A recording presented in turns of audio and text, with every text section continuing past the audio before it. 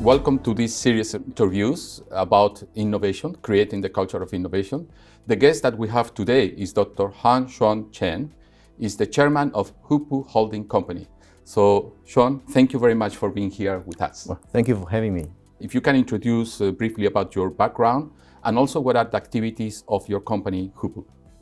I grew up in Fujian and studied mechanical engineering at Tsinghua University. After graduation, I went to Chicago, got a PhD also in mechanical engineering from Northwestern. The reason I went to Chicago actually because I love and idolize Michael Jordan since I was a kid. Okay. I am still a big basketball fan. At my age, everybody loves Michael Jordan. Well, he's the one, right? So actually, I applied all the schools in Chicago area. During my PhD career, I realized the one thing I truly love is actually sports. So while doing my graduate study, I started my personal website. It was called hupchina.com and later it changed to hupu.com. I was in Chicago, but the site is in Chinese. Okay. So it brought all sorts of sports news and latest rumors and all kinds of message stats to the fans in China. I was doing that with my partners, Mr. Yang. He was in Shenzhen, China. Started working together, but we hadn't seen each other 2 years after we Really? started the project. How do you find him? Well, he was also a big basketball fan. So he saw my website coming up online first. Okay. And so he sort of messengered me, say, okay, I love your website. I want to be part of your team. I think he also started his own site. And we do a little merge and acquisition, two personal sites. That's when everything started. What year is that about? I think it was 2004. And then what happened? After graduation, you decided to come back to China? Or? I think it was the year of 2008, graduation year from PhD career. It was a terrible year for the automobile industry. For the GM all went bankrupt, remember that time? Yes. My major was mechanical engineering. There was the big financial crisis at that time. Exactly, so I couldn't get a job over there. So I decided to come back to Shanghai to take a look. And was very lucky. I came up with this new industry I never heard of called venture capital, right? It's VCs. They just hand out millions of US dollars to entrepreneurs who were nobody at the time, right? Okay. I was amazed, and I got offered $1 million US check from Morningside Venture. The amount of money I never seen in my life, right? So I said, okay, it's good. I'll come back to Shanghai to start my own company. At that time, did you have any idea that your company was going to become one of these unicorns so successful? No, not at all. Actually, pretty much every year, the company and the team themselves just surprised me. When things began to change and you thought that it was going to be so successful? Some of my friends, other entrepreneurs, they can project their company's trajectory 10 years from now. I really envy that. I admire that, but I just don't have that capability of doing that. Sometimes when we discuss about how this project should go, how the company's 3 years plan should run, if I stop talking and other people started talking and brilliant ideas start coming out, and I was amazed that a lot of ideas were much better than mine. It came to a point that some of my partners actually told me during the year, say, actually this company is not what we ourselves wanted to do most. We had a different idea, so we want to part ways. What if we want to do this? It was a lot of a struggle, lots of tensions, as you can imagine. Long-time partners, they seem to like breaking ways. Okay. But once you accept that, and me as a CEO, as a founder, become a supporting role in their career and their entrepreneur career, something different happened. why is it called HUPU Holdings? Because we have about a dozen different companies running quite different business right now. We have sports media, as I told earlier. That was the original. That was the original one, yeah, the oldest boy. We also have an e-commerce company. It's called the platform called Poison, and we have a sports IP company, King of Underdogs, which is the largest basketball league in Douyin and Kuaishou, two of the largest short video platforms in China. We also have a VC fund ourselves. We have our own apparel brand, invested another dozen of other companies. But all these businesses are run by their own CEO and chairmen. So when this type of emergence of new ideas and your idea that to create different companies happen? Roughly about 5 or 6 years ago, there were two triggers. First one, as I told you, I started to realize and admit it, I myself just didn't have that kind of ability to imagine a big future for everybody. I think the second trigger was our company was trying to launch an IPO in China, and it didn't go well for all sorts of reasons. We stopped the IPO process. So everybody was disappointed, definitely was down at that time, and then started to think how to bounce back. But different ideas came up. I didn't pick my own idea. I didn't pick just one idea. I just let everybody go with their own ideas. And many projects failed, but some of them came out as a success. Okay, so I can see that your role as a leader is very critical here, yeah? As you admit, many of these successful ideas were given by the people in your team, yeah? How do you select them? I have some bottom line criteria. Basically, you gotta be a good person. Okay. Yeah, some people are, I don't want to say evil, not good too. Selfish or self-centered, yeah? Yes, exactly. You need to be a good person with a good heart. And secondly, you need to be intelligent.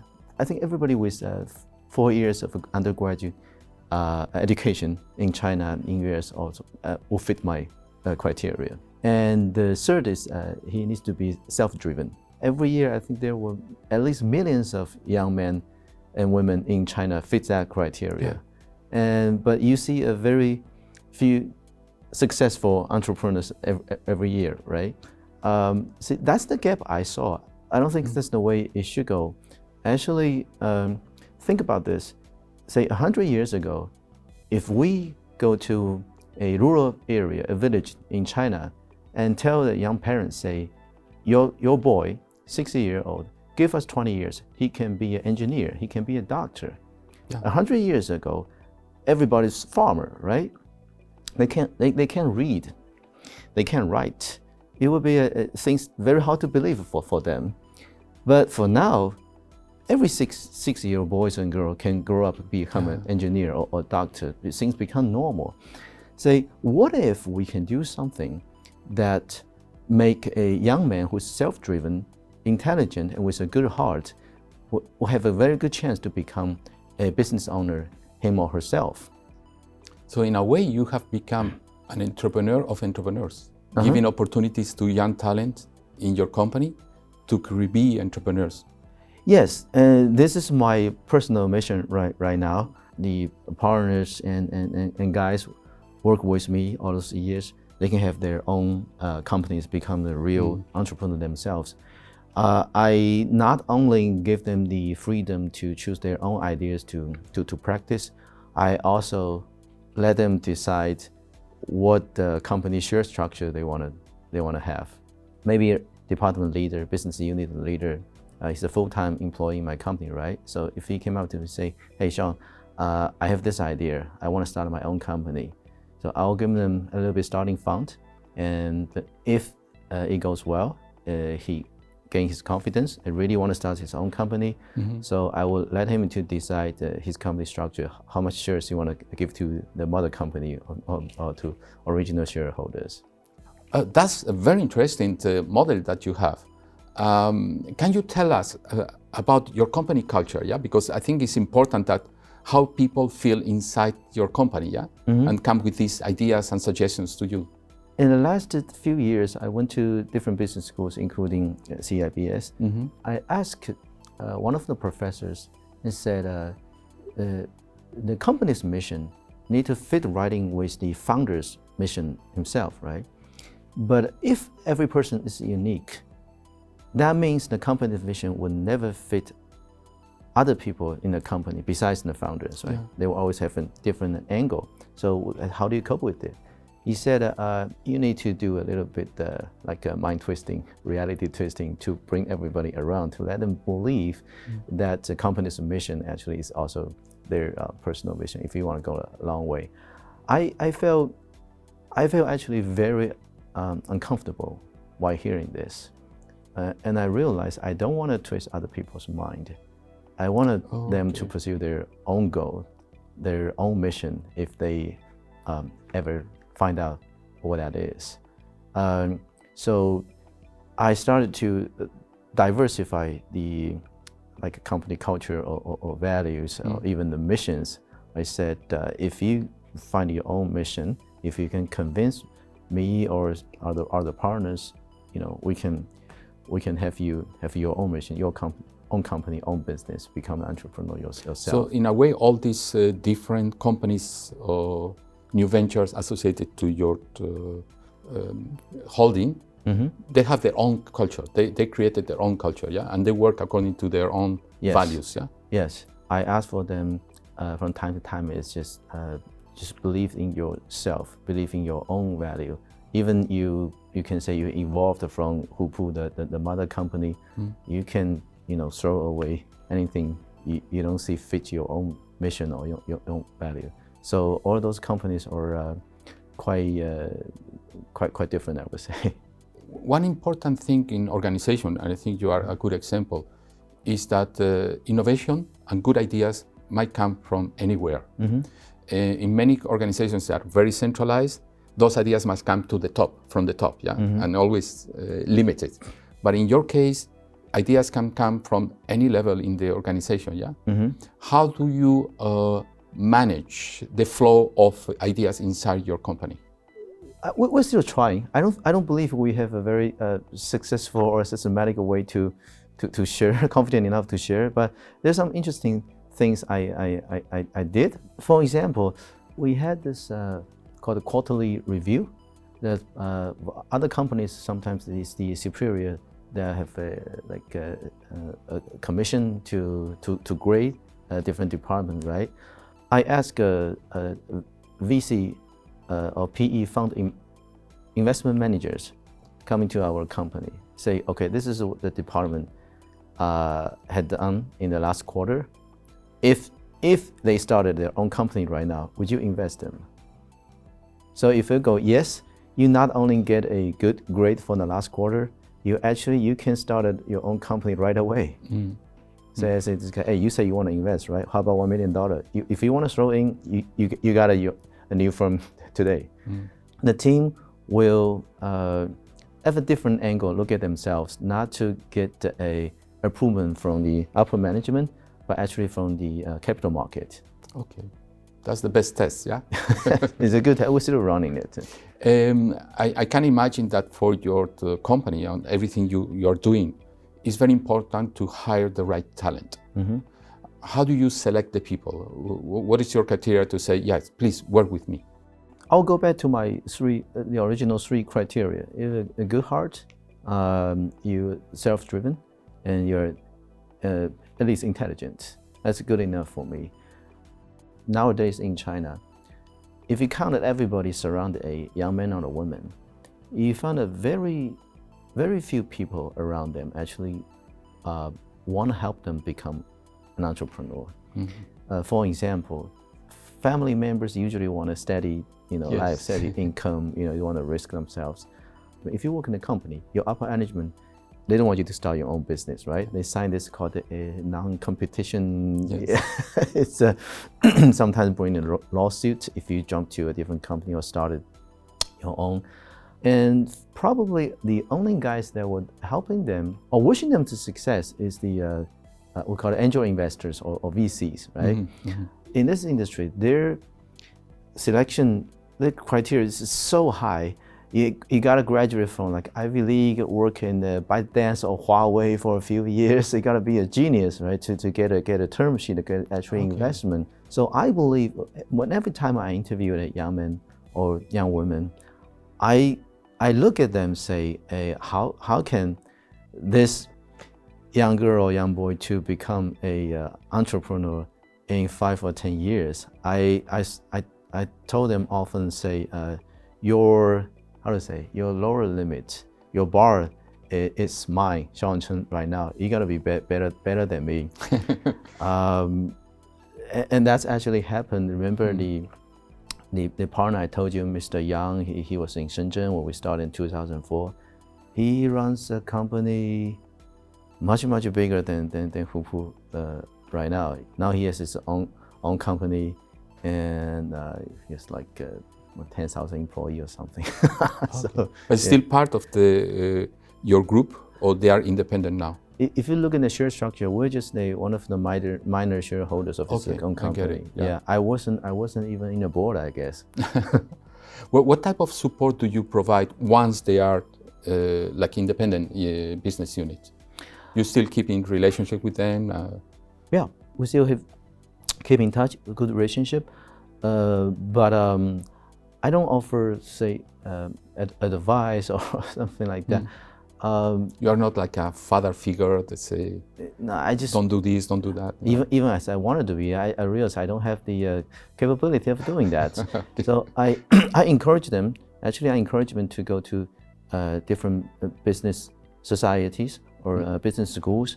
Actually, Mr. Yang was also a CIBS alumni, and there are many mentors and teachers that can give them better advice than I would. You also, among these companies that you have created, there is one that caught my attention. Is Garden Lane School. Can you talk about it, what they do, and why you started it? The school, we call it so-called students, and they are actually our company employees. They haven't got their own companies. They're not yet an entrepreneur. They're still managers or programmers in our company. But they have the interest to start their own company sometime in the future. So this Garden Lane School actually provided environment and sorting some resources to help them prepare to become an entrepreneur in the future. How long have you been operating this school? I started about 2 years ago. And how many students went through the system now? Right now, only 20 or so. What is your idea about this mini school so far? Yeah, is to grow it up, perhaps open to other people outside of your company? I haven't made up my mind what it needs to be, but it's hard for me to imagine I have like 1,000 students every year. You have this experience in US, although you never worked there, but you have enough time living in the US. Do you consider China a good place to be an entrepreneur, and how does China compare to the US? I don't know that much about the atmospheres in the US, even though I went back to Silicon Valley to talk to some other entrepreneurs during the day. But in China, I would say Chinese entrepreneurs and programs, business managers, they're all the same. When I look at the pace of their walk, the pace they're talking, you know, there's vast amount of energy running through China, despite of everything, the coronavirus or the difficulties that we're facing. As long as you see people moving in that rhythm, you know something good is gonna come up. Good. So this on the side of the people, yeah, the Chinese have this entrepreneurial spirit. But what about the other side, the system, the ecosystem in China? For people that have an idea and create a company, is welcoming, is difficult, there are many obstacles. What is your experience? When I look at my friends who also running their own business, I never seen that true obstacles or true difficulties in the system actually posed upon us. Sometimes, when people get frustrated, they tend to find an excuse. I think that's just human. That doesn't mean that the Chinese system is something special need to be dealt with. No, I don't think so. Actually, all these years, we actually got a lot of support from everywhere around us, the governments, the business society. I don't have anything to complain. This is actually one of the things I told my colleagues in a gardening school.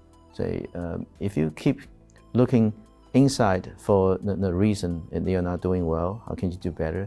You're gonna grow. If you keep looking on external excuses, you're gonna stuck in nowhere. Very good. Well, I finished with my questions. Thank you very much for your time. Thank you, Professor. Thank you.